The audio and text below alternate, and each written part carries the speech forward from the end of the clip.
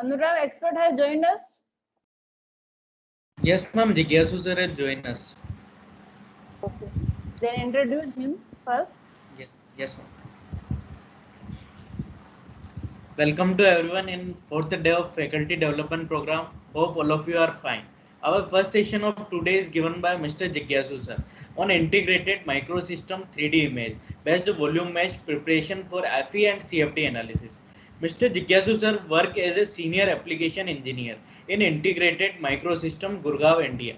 Sir work on image processing tools, material modeling, CAD, FEA and CFD models based on 3D image data and look over the technical support for Simpleware software and closely work with Simpleware customer to help them with their design, research and modeling needs. Sir also provide a live demonstration to various IITs, NITs, hospital and faculty of various institutes who are working in the field of 3D image processing, medical device, patient-specific implement design, 3D printing, material modeling, manufacturing and simulation. Mr. Jigyasu sir also work closely with engineers, researchers to solve a problem through service project, technical support and training. It's an honor for us that sir will join this session.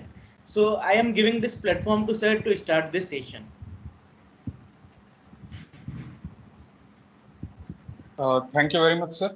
This is Jigyasu. So today's session will contain two parts. First will be presentation. Second will be a live demonstration on how we generate finite element meshes using a software. So I'll just start by sharing my screen.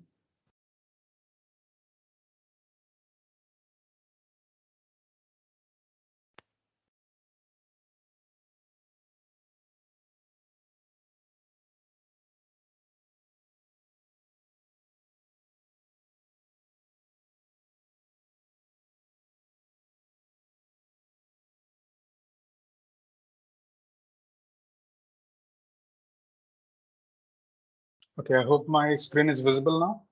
Yes, sir. Yes, sir, it is visible. Okay, thanks. So the topic of my today's session is 3D images to models.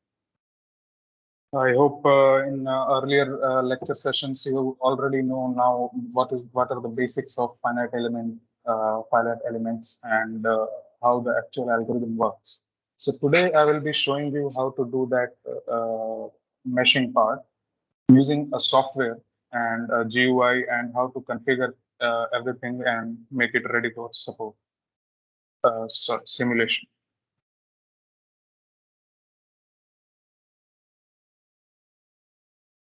So before getting into finite element meshing, we should understand the basic about the 3D image processing. What is 3D image processing? So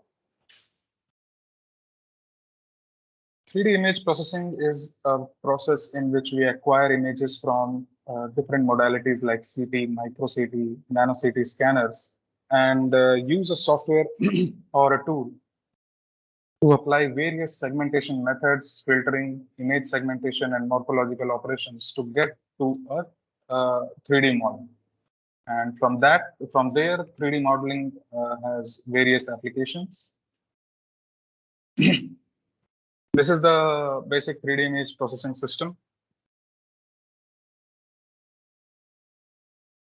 So image processing starts with acquisition, then processing,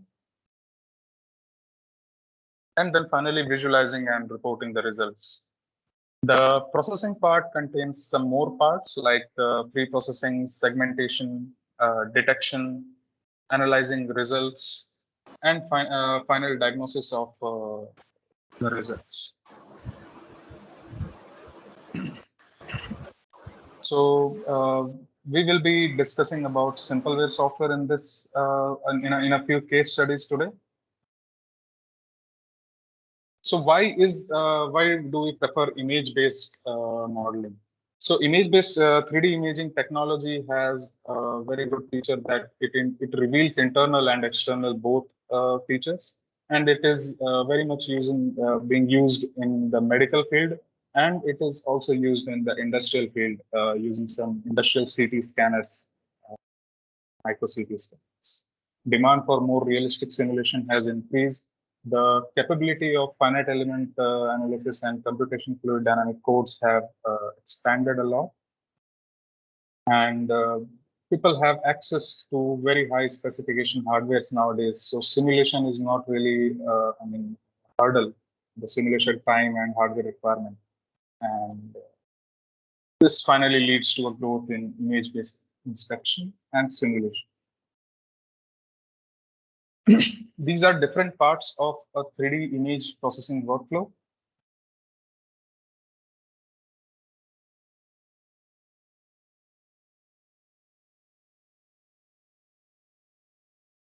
So the first part of the workflow would be import, acquisition of images. So import of data can be done from MRI, CT, micro CT, confocal microscopy, FIBSIM, or stack of 2D images that we get usually from micro CT scanners, and apply various kinds of filters on it before segmentation. So segmentation, so these are some of the various import formats that can be imported in a software. So DICOM is widely used in medical field.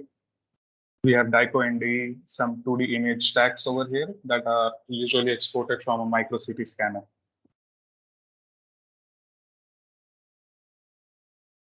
So segmentation and processing. So segmentation is detection of our region of interest. So in any kind of image processing or generation of finite element meshes using a software, you need to first identify your region of interest, what you want to work on. So segmentation is done using various automated and semi-automated tools, and various post-processing tools are used, like smoothing and various median filters, etc., to get our most accurate 3D model at the end. Once we have the 3D model, we can move to measurement and analysis. We can do various kind of statistic measurements, some very quick statistics we can find out, like volume fraction in some cases, and surface area, etc. So that may help you in your, whatever research work you are doing, to get some preliminary data before moving to the meshing part. It will also help you prepare how do you want to configure your finite element meshes. Some basic analysis also can be done. Like in this image here, you can see we have done this fiber orientation analysis to understand how the fibers of a material are oriented, and to understand, sorry, to better understand its output when we will actually use it in case of strength. Then there is CAD and image integration. So importing CAD data into a 3D model is also a vital part when you are doing reverse engineering, and you want to run simulation, and based on understanding what you had designed and what you have got from the manufacturing. So this is something that can be used, and the meshing can be done all together with the CAD model as well as the scan part. Then comes the model generation. So model generation means you are going to prepare your model for various tasks. That can be 3D printing, that can be finite element analysis, that can be CFD as well. So we use various tools that are available in the software to configure our final model.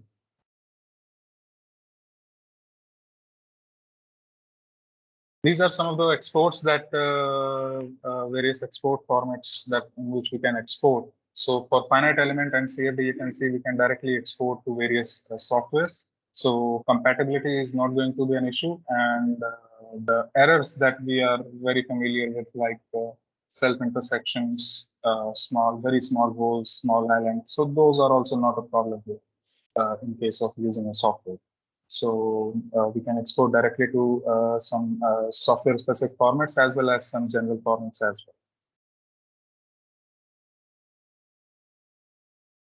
To make our task easier for the meshing part or the segmentation part, so we can automate parts of our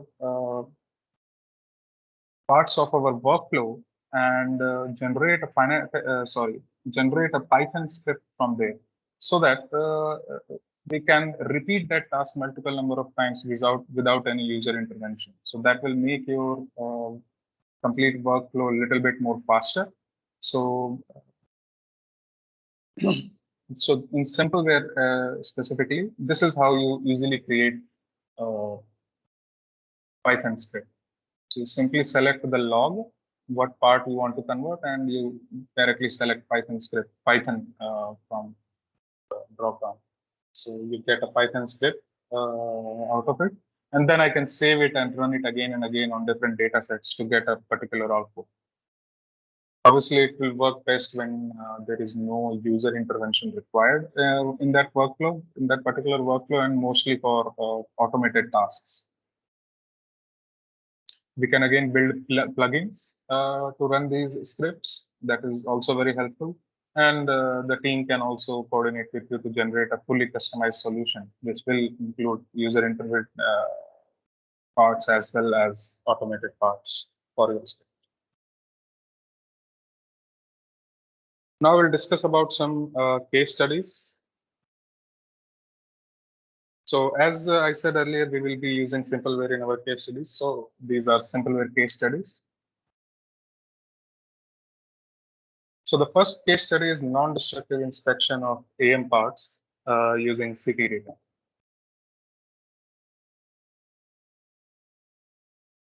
So this is this is called a hot box in this case. So this hot box used in this study is is a test jig used to determine performance of a particular structure before a customized heat exchanger is created. Once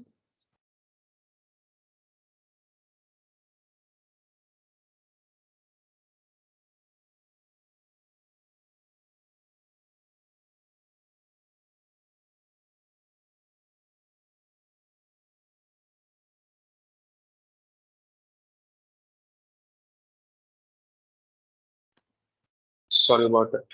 So yeah, and the part has a lattice structure through which air passes, as well as cross corrugated channels for liquid coolant, making it a complex design to create using conventional methods. So our additive manufacturing has been used in manufacturing this part, and then the scanning is done. The CT scanning using industrial CT scanner is done.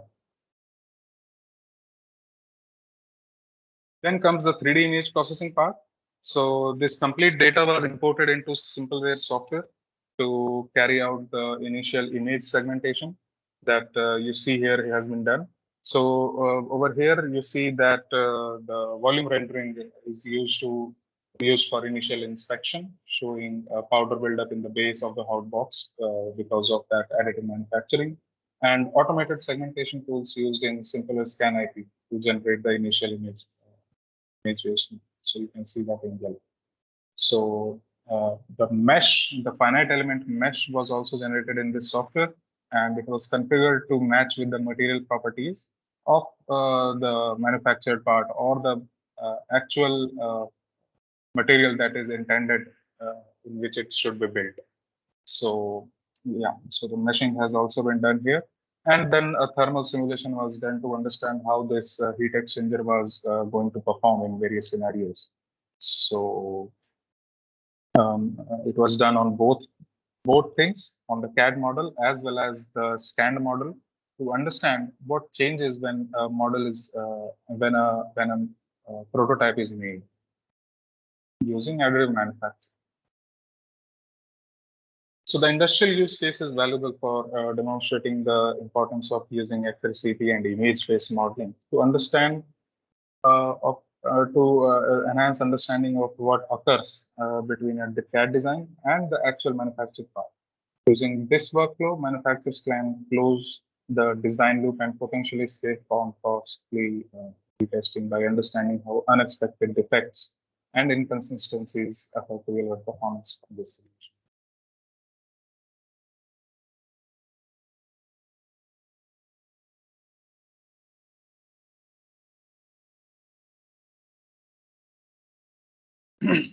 So the next case study is reverse engineering automotive parts.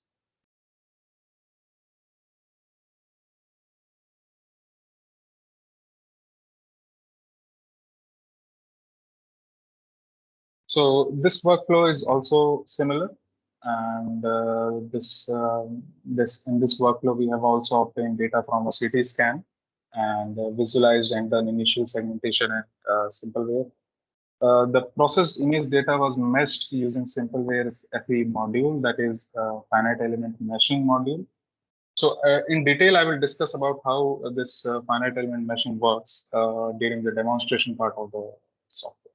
So let me just give you an overview of this workflow.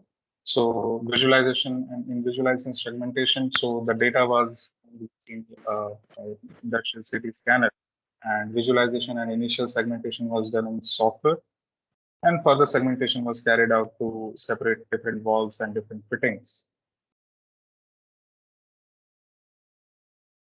So the segmented image data was meshed using SimpleWare software and imported into LS-DYNA for a preliminary analysis of impact caused by presence or absence of. So you can see here again we have utilized a meshing technique, and further a simulation was done to understand the working of this particular cylinder head.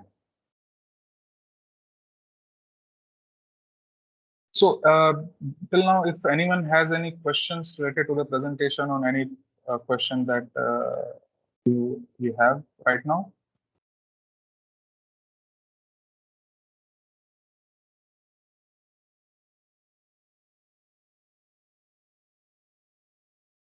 I request participant if they have any question, then ask to sir.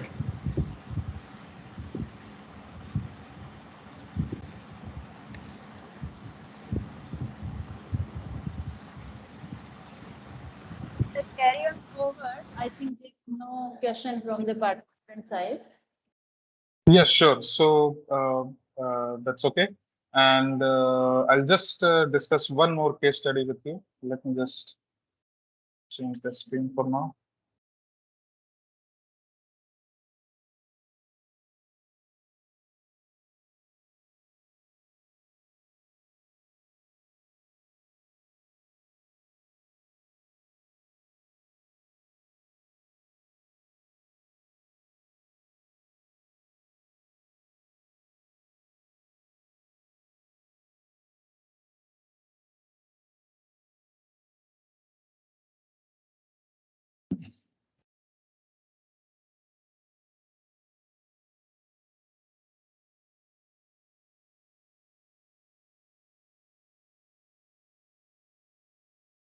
So this is a case study related to the medical application of meshing. So as it is well understood that simulation saves time, cost, and materials, which might go into the conventional methods of trial and error. So in this particular case study, a highly accurate multi-part 3D foot model was generated Sir, using please ask the question to sir. Yes, ma'am. Sir, Doodle sir have one doubt regarding previous section. So they. Yes, please. Sir, you can unmute yourself and ask your doubt.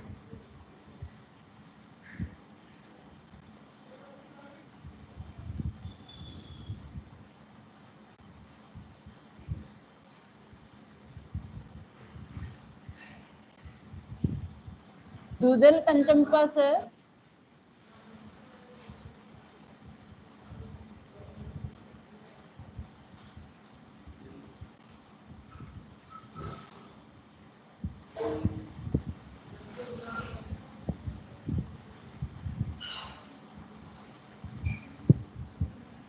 Sir, I think If you have the doubt, then ask to sir, please.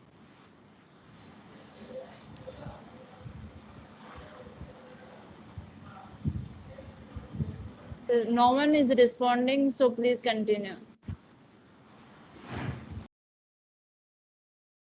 Okay, no issue, ma'am. I mean, if there is some audio issue, they can put their queries in the chat box as well, I believe. So, in this particular case, so today, whatever case studies that I'm discussing are mostly related to the applications of finite element meshing. I hope that's okay. And in the demonstration part, I will also discuss more about the actual finite element meshing.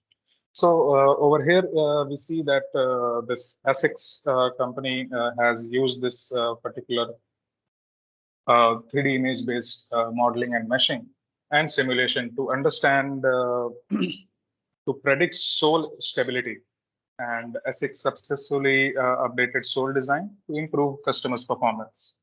This technique helped the ASICS to reduce prototyping time and cost as well as manufacturing waste. So this was the workflow. So a foot MRI and CT scan, MRI and CT scan was imported in software. Image segmentation was done using various automated and manual tools. A 3D reconstruction was done, and then a finite element model was generated.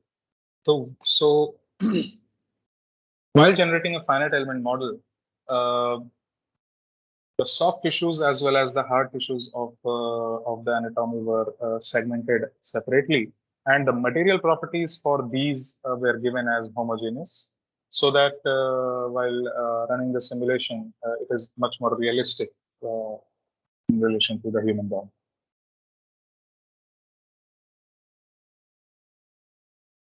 So simulating shoe performance. So Abacus was used to model to calculate with the model to calculate deformation modes on polymer foam sheets with 3 types of hardness.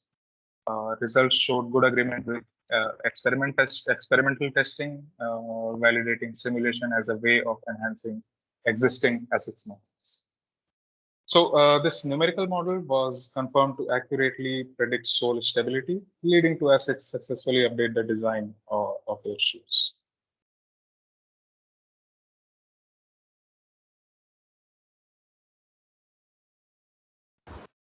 So now I'll shift to the software part and show you how to do such part, like starting from image processing and then finite element.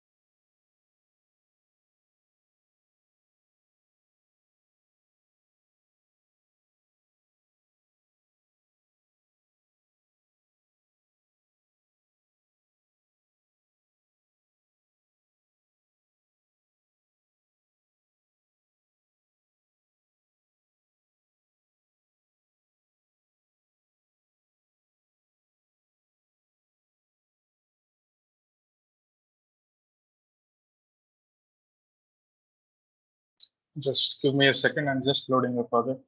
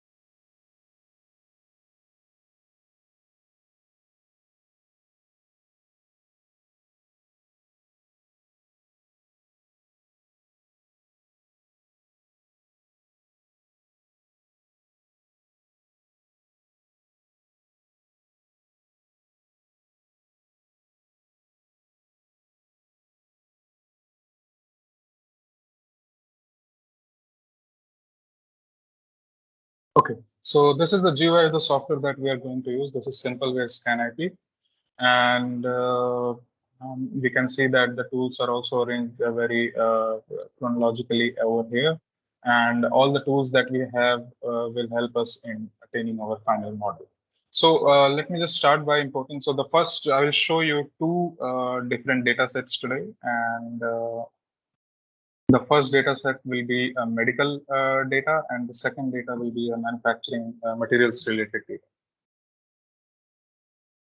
So I can start by importing the DICOM images. As I said earlier, DICOM is the widely used medical image format, file format. So I will click here, scan the folder, and I will import this pelvic model.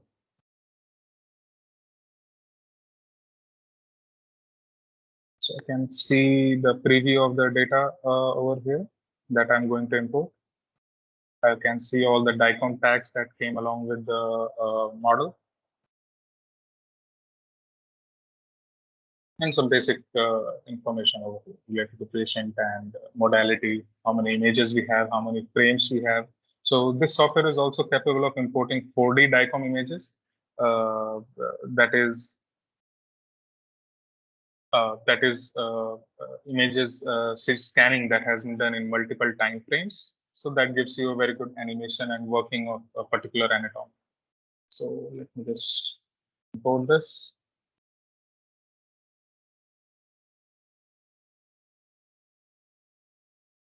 So as soon as I import, I see all the three coronal, sagittal, and axial planes. And we have a 3D render and volume rendering over here as well. So this also shows what we have imported. We can change the way it gives the output. Right now it's custom, so I can select as bone as that would be my region of interest in this example. So this is the structures for the bone part. There are some noises. So let's start by doing the segmentation work. So segmentation we can do by going here, and threshold is a tool that we can use. So what I'm doing here is selecting a range of grayscale values.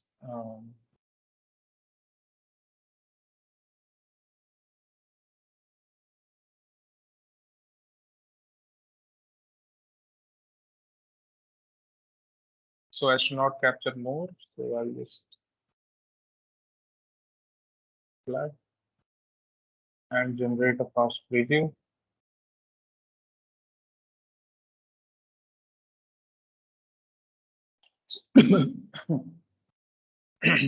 Sorry. So this is the initial segmentation that we have done.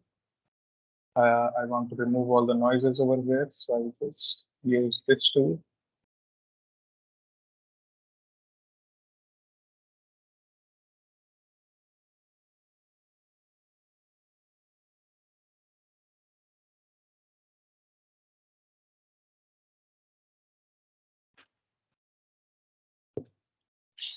So next would be to fill up all the cavities that we are seeing here. Let's use this. Or first, let's just split the sections in multiple parts because we want our different parts separately. So let me just do these parts very quickly and split regions. We'll add a region. So I'm just giving the software an idea where my first region is, where my second region is. So these are the two femurs and one on the full hip. Click on apply.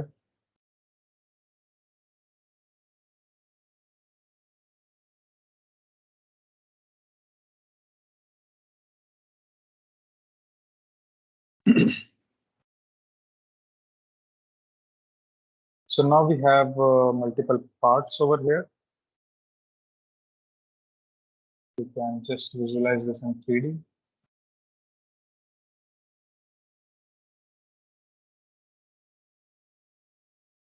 Over here. So now just let me focus on this right femur only. So I will isolate it.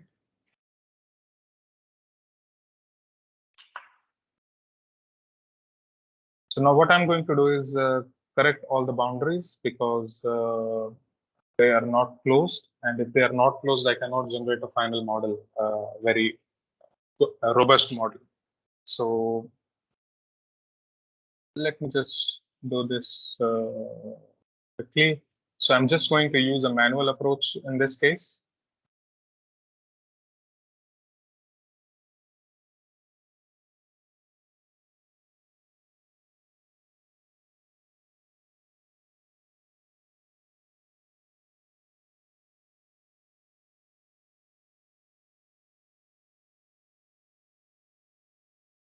So it might take a minute. Let me just do this.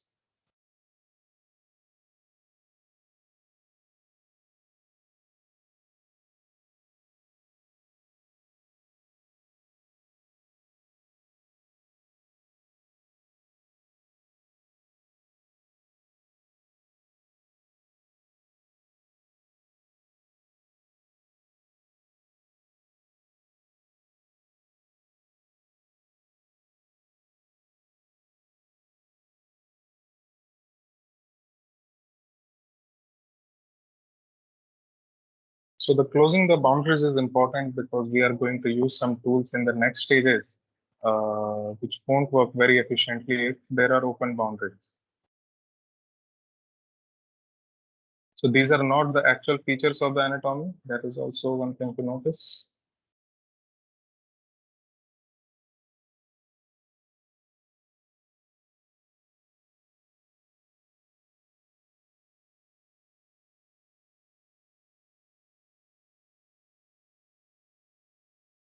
So you can see I'm moving every third slice over here because next I'm going to use a tool that will help me close up all these central cavities.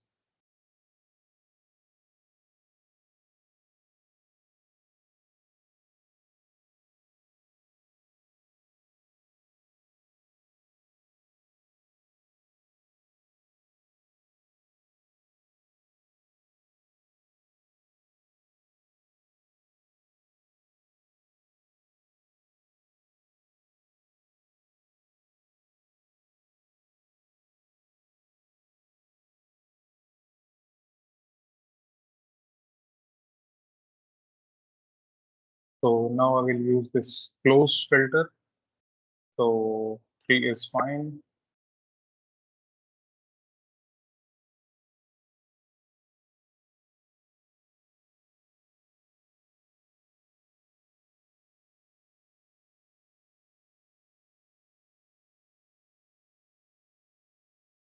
So still we have some closed cavities in here.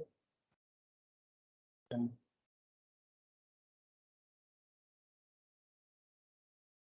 over here is a problem. Just correct it quickly.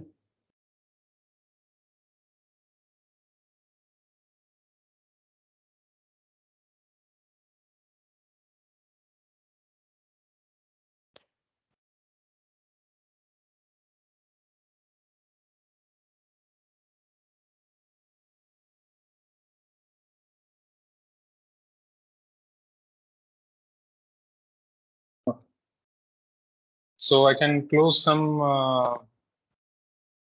cavities over here. So let me just use this cavity fill tool to fill up the cavities that are completely enclosed and not touching the boundaries. So yeah, so this is what we have. So now I have an option to either keep this internal feature over here if I want that to be exported in the finite element mesh, or I can fill this up and that is our choice. So let us just keep this cavity. I will use a tool over here to just simply fill it up with a different colored mask.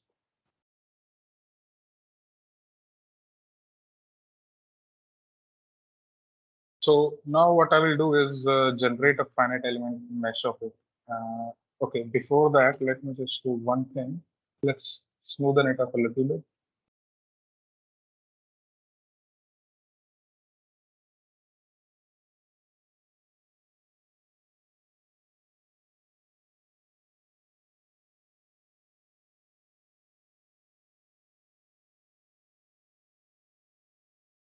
Okay, so it has opened some cavities because of thin walls. So we will leave it at that. And simply drag and drop it to models.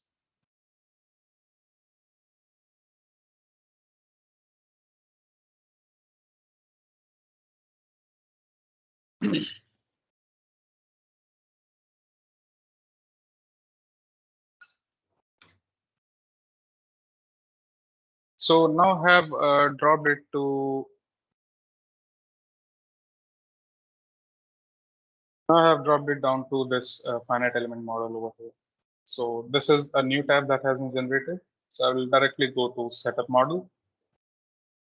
So this is a model configuration tab in which we are going to set up our CFD or finite element meshes. So I can select my export type model that can be a surface if we are going for 3D printing. It can be a FE if we are going for finite element simulation, or a computational fluid dynamics model we can generate, or a non-uniform rational B-spline model. So we can select what export type we want.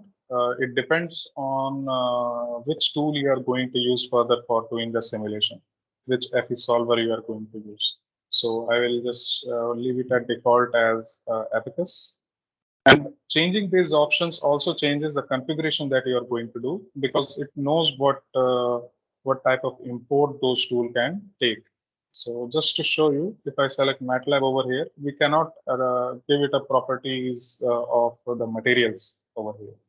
So let's keep it back at Abacus. So Abacus answers these support material import as well. So in the general configuration tab, we have uh, uh,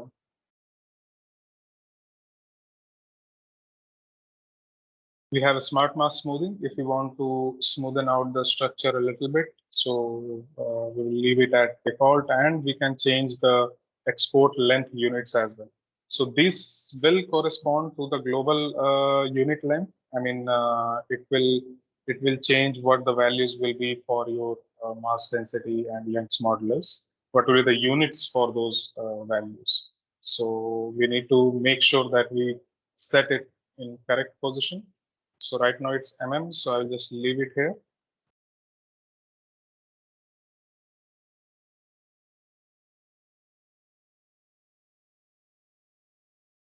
Then we have this volume meshing tab. So the volume meshing tab gives us an option to select our mesh creation algorithm. So mesh creation algorithm, we have two of them, that is FE free and FE grid. So FE free gives you an option to change the coarseness of the model, whereas in FE grid, you have an option to generate mixed hexahedral and tetrahedral elements. You can select all tetrahedral elements, and we also have an option to generate all hexahedral elements. So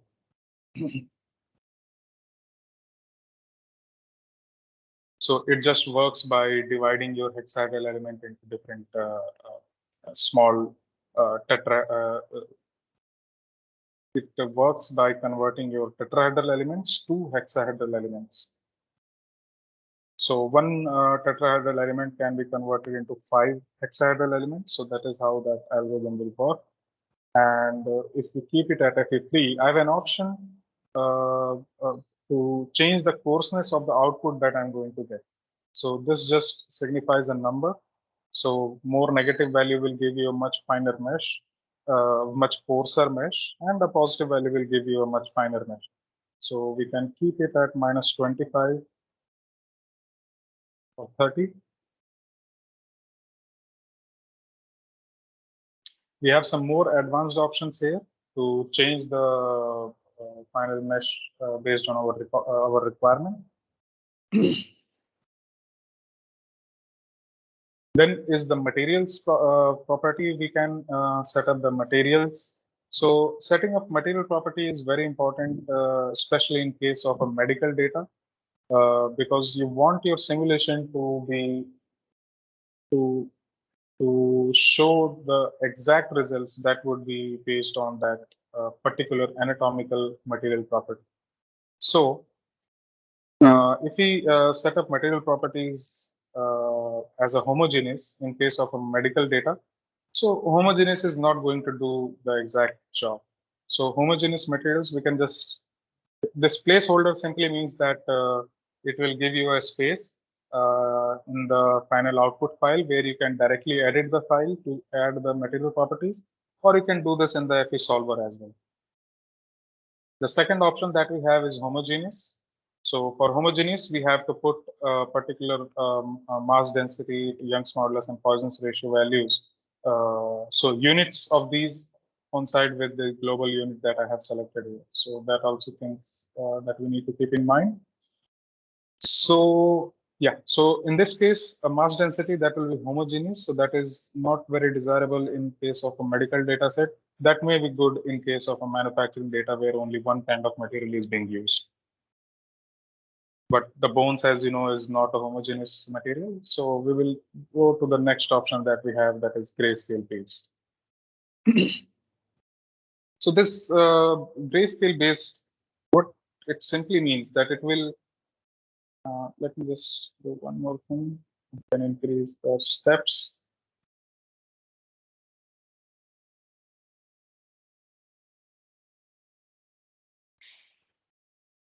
So as you can see here, there are 10 steps over here. So what these steps signifies is that the range, the medical data set is made up of various grayscale values at various points for various voxels. So this step, this particular range that is in purple over here, it signifies that it will have a different property, and the next step will have a different, and so on. So it simply says that the cortical bone will have a different kind of property, and as we move towards inside, towards more spongy part, so it will have a different material property because that has a different kind of grayscale intensity. So this is grayscale based. We can increase the number of steps. Obviously, that will increase your simulation time and hardware requirement, but we can get to more accurate values. How, what would be the value for each step over here? So we can change it directly from this edit material dialog box. So in edit material, these values can be manually put in, or we can rely on the values that we have over here. So the values that are over here in this edit material properties are coming from this particular coefficients. So these coefficients are derived from a journal. It's a very old journal, so it is still reliable. And we can use these coefficients, or we can use calibration points if we know the calibration points in relation to the CT scanner where the particular model was scanned.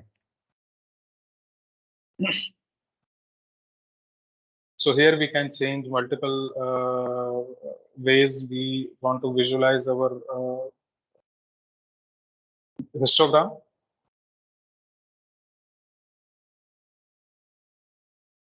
Over here, I can change it, change the coefficients over here. It has some, let's move it directly to 0. Now we don't have that prompt that says invalid material properties. I can save this material definition. I can name it so that I can use it next time I'm using a similar data set. So this is how we are configuring our material properties for generation of this finite element model. Next step is setting up contact pairs. So these are points where you are going to, actually put up some load, or these are some contact points which we want to edit later on, or use later on in the finite element solver, the FE solver. In this case, we are going to export it to Abacus. So yeah, so these contact points, you will have an option to use them in Abacus. So I'll just leave it as no contact points because we are not going to do simulation today. Similarly, we can set up node sets. shell sets. Then comes mesh refinement. So mesh refinement is a very popular thing that if you want to refine the mesh for a particular region of interest, you can do that. So I will just add a region. So if I'm going to do a realistic simulation, I want that this femoral head and the neck section should have a finer mesh so that I get more accurate results from the simulation. So we can do that. So I can create a primitive on this, like an ellipsoid. Just need to make sure it covers up the whole head. Okay. And now when I click on done, this particular region will have a different mesh property, on element size. The particular elements in this mesh will have a different size, and that is the size that's given over here. That's 0.78. It's too small. So let's keep it at 2 mm. That would be. So the overall global element size has been set over here when I change this coarseness slider. And this mesh refinement will make sure that that particular region has this mesh size in an.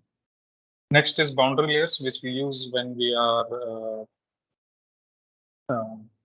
going to make some CFD models over here.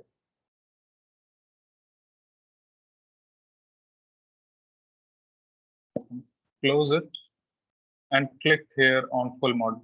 So the models generated in the software are very robust. They don't contain much they don't contain any errors or warnings when we check the mesh quality. So let it finish, and by the time I'm going to switch to a different project. Okay, let's see if it is being done quickly.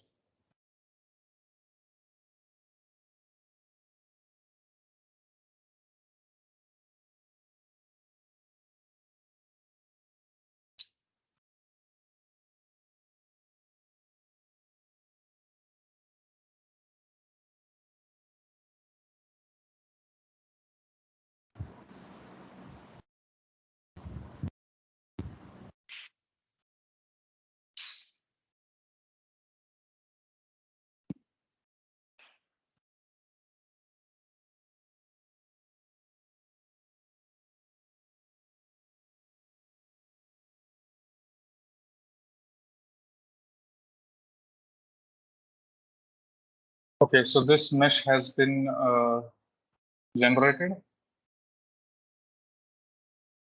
So you can see that the region that I selected over here for refinement, you can see there is a change in the mesh size over here. And the junction is also looking very smooth because of the transition that has been done based on the algorithms.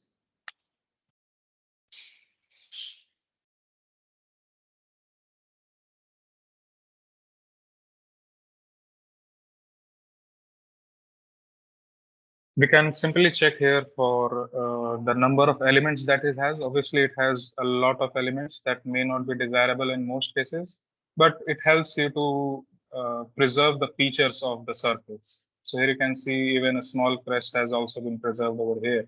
And the number of elements have been increased to do that. I can visualize the internal structure as well, so as to see what goes on over here. So it also has this cavity that I left. So you can see the difference between the size of the global mesh setting and this mesh refinement region. So same thing goes with the inside as well. So to preserve the actual geometry, it has increased the number of elements at the surface. We can directly export it from here to Abacus, .inp file that is supported by it. And we can check the mesh quality from here. So right now there are no errors in here. If it had any errors, based on these metrics, I can see those errors.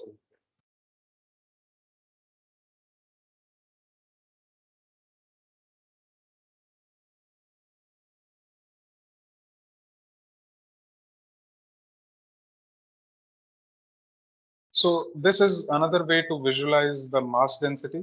So as you remember, we set up the FE model material properties over here based on the grayscale ranges. And we use these coefficients to get a value for the material properties. So this is what that material property distribution looks like in 3 dimensions. So we can visualize it, and we can see the values over here. So it coincides with the actual bone mass density as well. And again, I can use this clipping tool to see the mass density in the inside as well. So it gives you an idea where we have what kind of bone structure we have. I can change this to visualize Poisson's ratio, Young's modulus.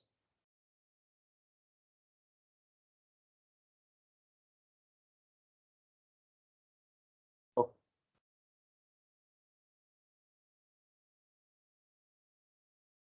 So now I'll just switch my screen to a different project.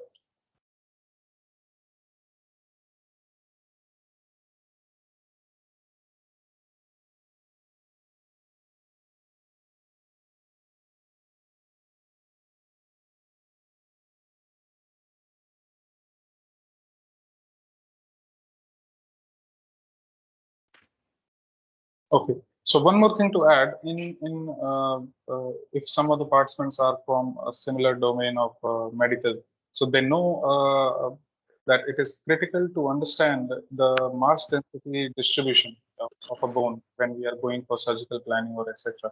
So visualizing these things helps us a lot in determining what would be the way for the procedure that is going to be done. And it also helps us determine any future problems that might arise. So now let's switch.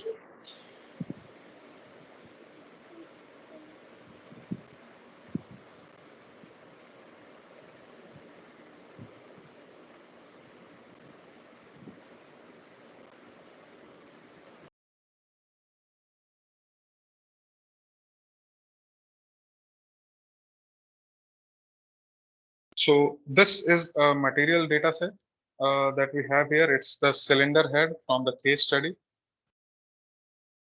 So this has been scanned using an industrial scanner, and the segmentation has been done using this tool. So let us just first visualize what we have imported over here.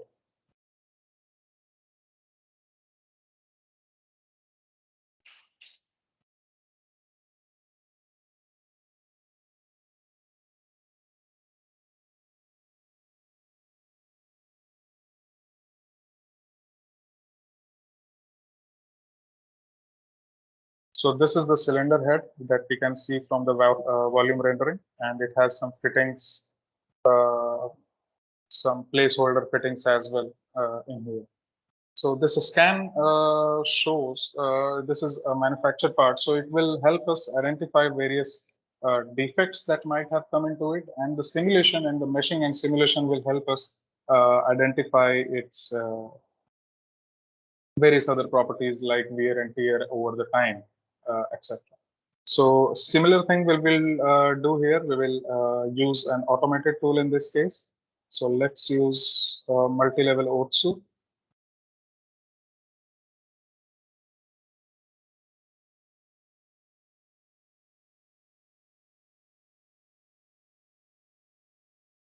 So you can see that the automated segmentation has also done a good job in this case.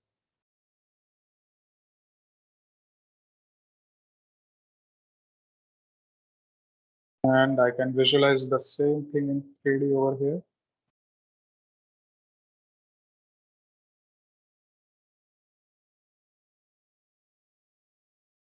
You may need to do some post-processing to it, but you get the idea that we can do the segmentation.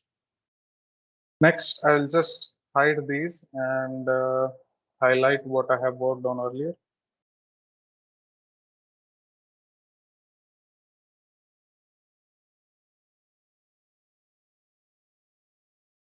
So this is segmentation, and we don't see any fittings over here. So let me just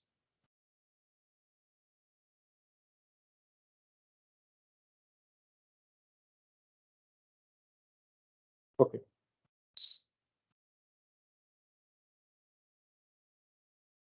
So we can see the wall fittings and other placeholder fittings here as well. So now what we want to do is generate a finite element mesh for it. So as this is a material and it is expected that this cylinder head will have a similar material property everywhere. So we can assign it a homogeneous material property. We can do the same thing again. I can drag and drop this cylinder head. So I have already generated a mesh over here. So let me just go into the configuration first. So same things are here as well. We can change the volume meshing algorithm, and we can keep it at FE3. The coarseness we can set over here. We can change the material properties. So for different parts, we can set different material properties. So first part is our cylinder head. So we can keep a particular homogeneous value, enter a particular value over here, which will represent that particular material that we are using in that manufacturing. We can do the same with the fittings as well as some placeholder fittings that have been generated over there.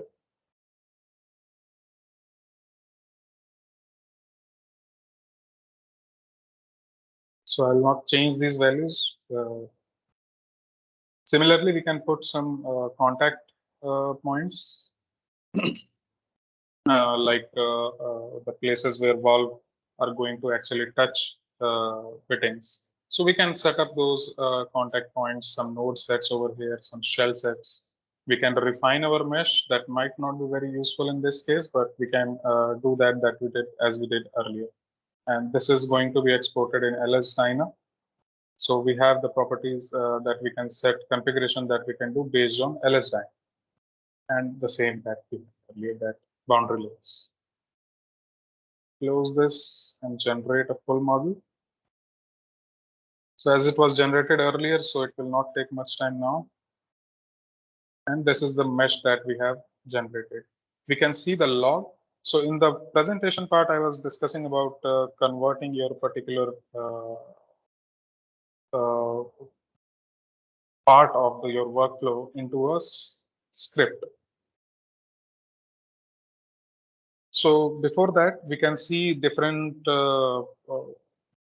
log for the script that has been, the mesh that has been generated over here. So these are total number of nodes. The volume elements, total number of volume elements are here. That is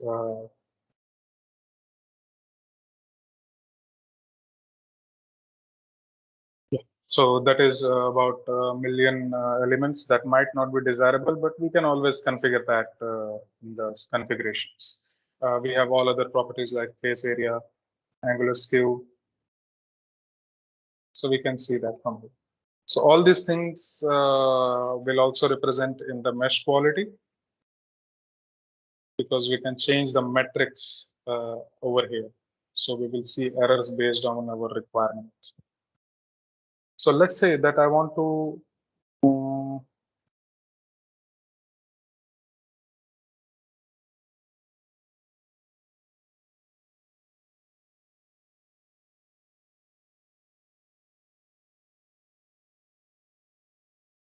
So let's say I want to convert this complete part as a script. So I will simply select it, right click on it, and convert to Python or C#. So let's select Python over here. So this script has been generated. So Simpleware has its own some classes class lists. So you can also incorporate your own Python script in here. Obviously, you'll have to make some changes based on these class lists so that you can use the tools that are here. So this mesh has been generated, and now I can clip it similarly that we did earlier to visualize.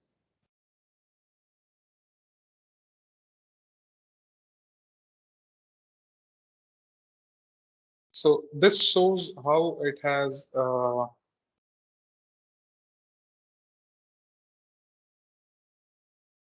changes the direction.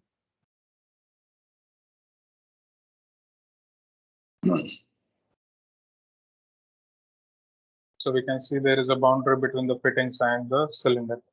And this is the mesh that has been volume mesh that has been generated over.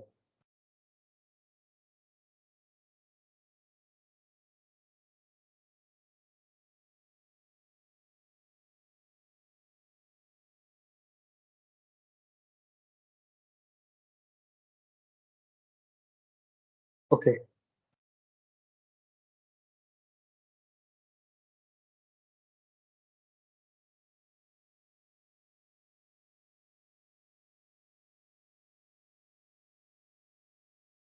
Okay. So at this point, does any participant have any questions, queries related to whatever I have shown today or anything else related to this? Please let me know. I can take some questions now.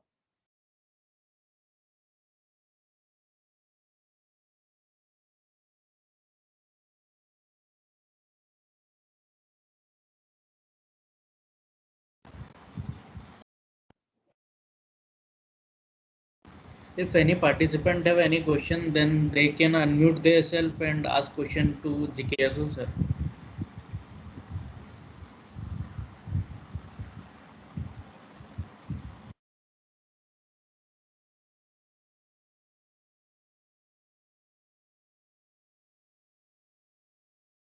So this is what I had There is prepared. no question. So you can continue, sir.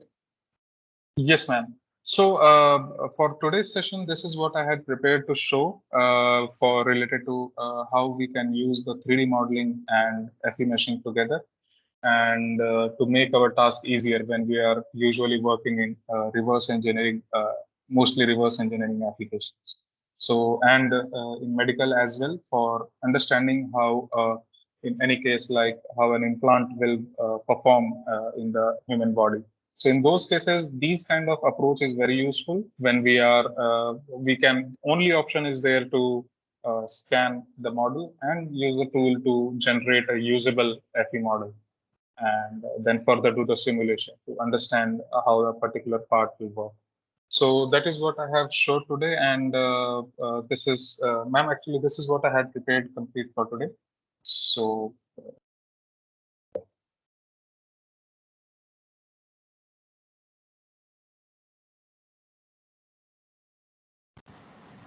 Thank you, sir. It was very wonderful session.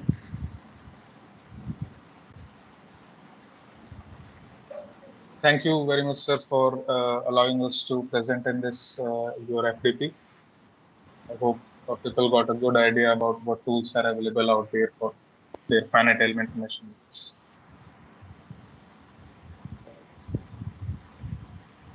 So, sir, this software is Yes, ma'am. developed by your company. Yeah, so this software is actually developed in UK, and developer team is based in UK. Okay, so what is the additional benefit over the ANSYS or the Abacus?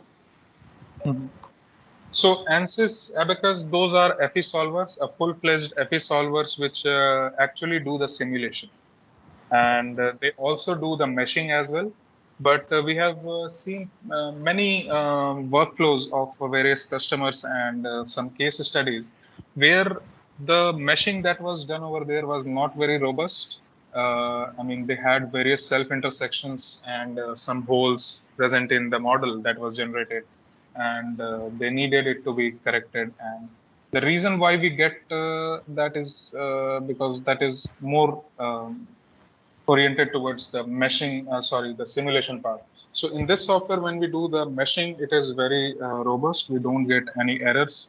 And because it is an image-based modeling system, so this finite element meshing is also a very key point of this software. So there is a huge difference between these two tools, because that is a FE solver and this is a modeling software, 3D image modeling software.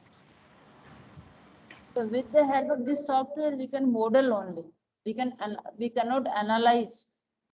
We can do some basic analysis, like some flow analysis we can do. We can check some stress and strain. We cannot see visual deformations because that is the work usually for a full-fledged FE solver. So yes, we can generate models over here. Okay, so someone wants to do the analysis, then he need to model it in this software, Microsoft integrated, and then he further need to import in the ANSYS or the Abacus for the analysis. Right, right. Because that gives you much more configuration that you can do in those softwares. They are very good for simulations. So I can say this software is very similar to the SolidWorks. SolidWorks, you can say, ma'am, it is a CAD modeling software where you have to design something. It is not particularly a 3D image modeling software. So what I'm coming from is, let's say you have a manufactured part, so you cannot expect to design that in SolidWorks with the internal defects, fractures, or cavities that you have. In that case, in case of a reverse engineering, you need to scan that and have a modeling software for generating that 3D model from the manufactured part. So that will be very different from a CAD model part because that will be a manufactured and scanned part. So this is the main background of this software is 3D images to models. For example, someone is having the X-ray of his bone and wants to assess the Young's modulus, strength, wants to assess the strength of the bone. Because in the X-ray, what happened? Only the how much strength bone has gone after the fracture is not detected. The doctors can make the approximation. It will take on an average. That has duration. It will be the 40 days or it will be the 90 days. Depends on the fracture. So is that feasible with the help of this software? If someone wants to assess the stress and wants to determine the Young's modulus? Yes, I mean, part of it is possible. X-ray, using X-ray is, I mean, not very conventional. Reason is because that is a 2D model, 2D image. So 2D image will contain the similar grayscale data that you get from a CT scan as well. But CT scan contains the complete volume information as well, the internal features of various slices at various points. So I believe if you want to understand the mass density, the bone density, and in relation to the fracture, like what is the deformation has been done. So I think using a CT or an MRI scan would be a little bit better than an X-ray. But nowadays we also have X-rays which are done, which can actually convert your 2D X-ray into a 3D model. So that technology is now also available. So yeah, so it can be used. The MRI, definitely with the help of MRI, we can predict the everything, but if the patient wants his supervision in each 15 days or 10 days, see how his recovery is going on, then it will not be good. We will recommend the MRI to him. Yes, yes. So in case of a post-operative, you can obviously go with the X-ray scans and import that into the software to see what has changed, how much change has been done, and to understand the changes that may come in the future as well. So yes, that is a very good part of the workflow as well. I mean, some people use it as well. To import the image in the software and see to compare it from the previous CT or MRI scan, like from the fractured or the post-operative scan as well, to see what changed and how the recovery is going. So yes, this is a very good part that can be done in this software. Then how to, if we cannot do the analysis, then how do we will determine that strength or the Young's modulus? How that will be Yes. So as I said, that some basic analysis that you can do here. You cannot put a load. You cannot do a load bearing analysis, but you can do this stress and strain, basic stress and strain modeling. You can get. But for analysis, I think you will have to refer to EpiSolver only, because there is a capability for that analysis part, the specific analysis part. So is there participant side, is there any query? Please ask to expert.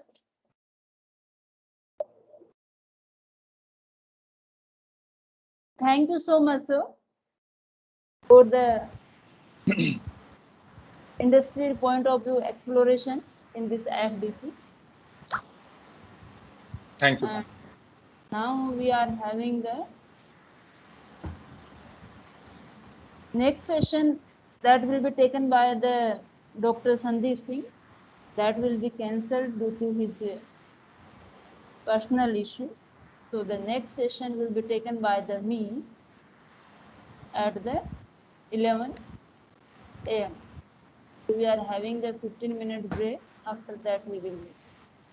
Thank you everyone.